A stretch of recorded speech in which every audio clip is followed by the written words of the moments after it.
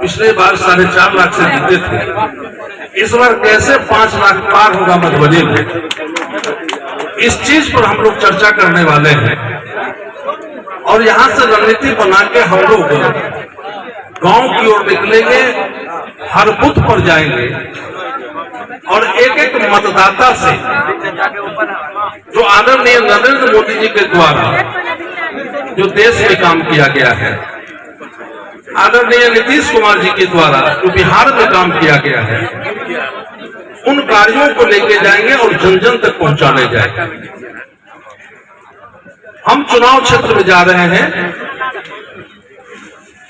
हम अपने प्रधानमंत्री जी और मुख्यमंत्री की जो किए गए विकास कार्यों के बल पर हम चुनाव लड़ने जा रहे हैं। हमारा मुद्दा होगा विकास और राष्ट्रवाद।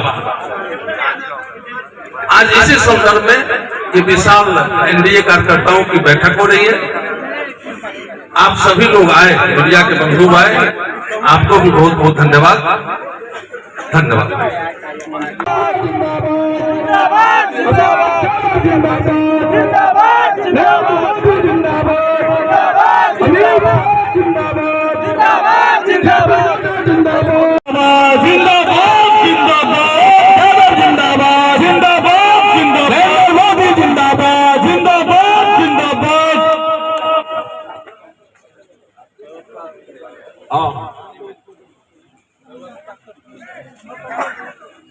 जोरदार ताली होता है।